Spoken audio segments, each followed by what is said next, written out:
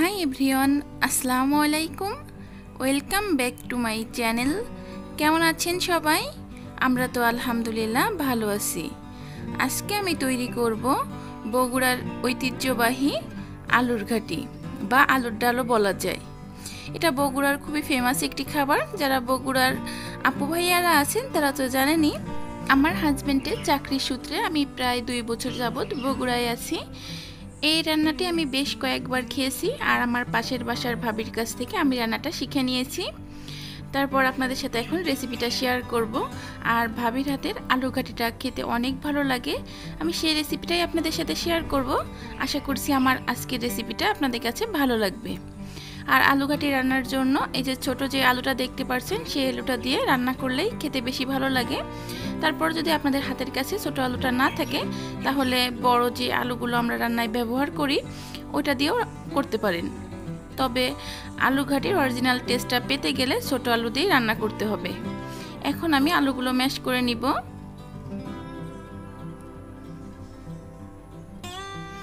আলুগুলো আমি খুব ভালোভাবে ম্যাশ করে নিয়েছি। এখন এই আলুর সাথে আমি প্রায় 2 কাপ পরিমাণ পানি দিয়ে খুব ভালোভাবে এভাবে চটকে মাখিয়ে নিব। আলুগুলো মাখিয়ে আমি এখন এক সাইডে রেখে দিব। আর এখানে নিয়েছি একটি বড় মাছের মাথা। আপনারা চাইলে এই আলু ঘাটি মাংস দিয়েও করতে পারেন, আবার বড় সাইজের মাছের মাথা দিয়েও করতে পারেন।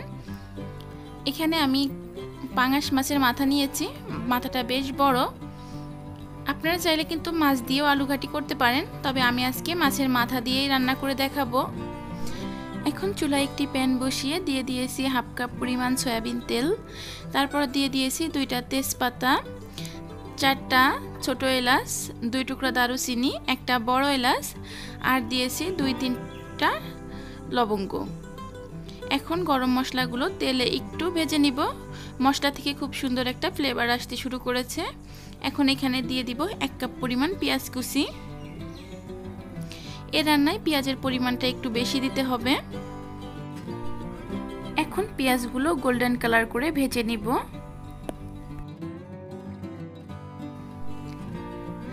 তারপর পেঁয়াজগুলো গোল্ডেন কালার করে ভেজে নিয়েছি। এখন এখানে দিয়ে দিব 1 টেবিল চামচ রসুন বাটা। তারপর এখানে দিয়ে দিব 1 টেবিল চামচ আদা বাটা। এখন আদা আর রসুন পেঁয়াজের সাথে কিছুক্ষণ ভেজে নিব যাতে কাঁচা গন্ধটা দূর হয়ে যায় আদা রসুনের।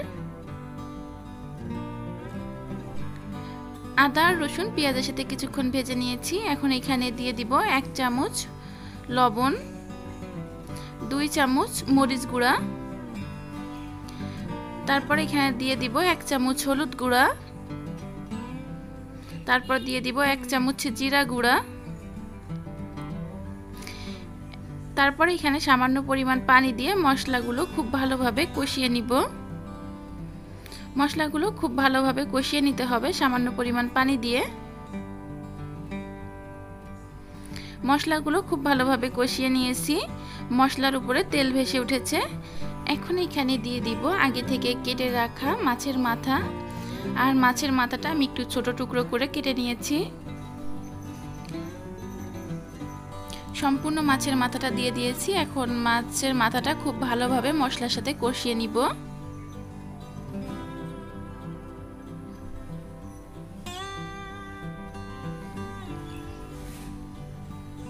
এখন খুব ভালোভাবে মাছের মাথাটা মশলার সাথে কষিয়ে নিব কিছুক্ষণ।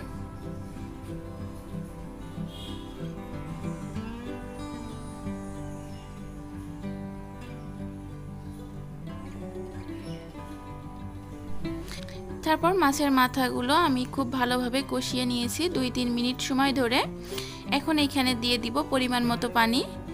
এখানে আমি 1/2 কাপ পরিমাণ পানি দিয়ে দিয়েছি। আপনারা আপনাদের পরিমাণ অনুযায়ী পানি ব্যবহার করবেন। এখন চুলার জাল মিডিয়ামে রেখে আমি একটি ঢাকনা দিয়ে মাছের মাথা রান্না করে নিব। আর মাঝে মাঝে ঢাকনা উঠিয়ে এভাবে নেড়ে দিবেন, তা না হলে কিন্তু পুড়ে যেতে পারে।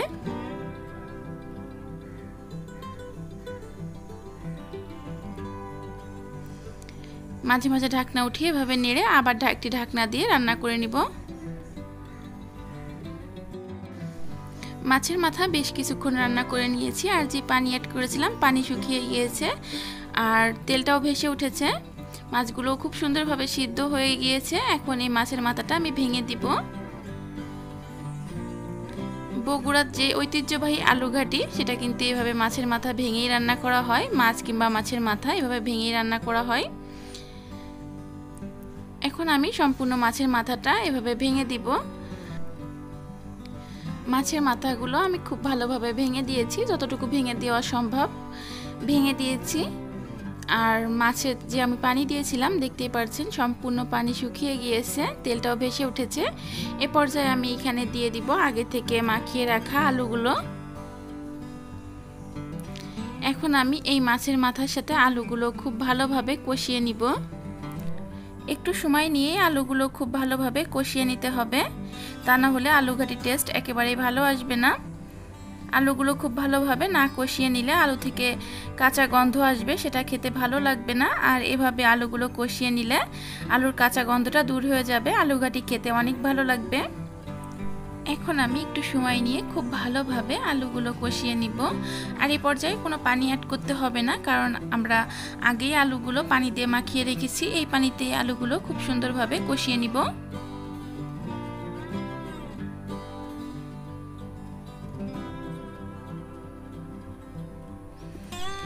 আলুগুলো বেশ অনেকটা সময় নিয়ে আমি খুব ভালোভাবে কষিয়ে নিয়েছি। এখন এখানে দিয়ে দিব পানি। এখানে আমি 2 কাপ পরিমাণ পানি অ্যাড করব।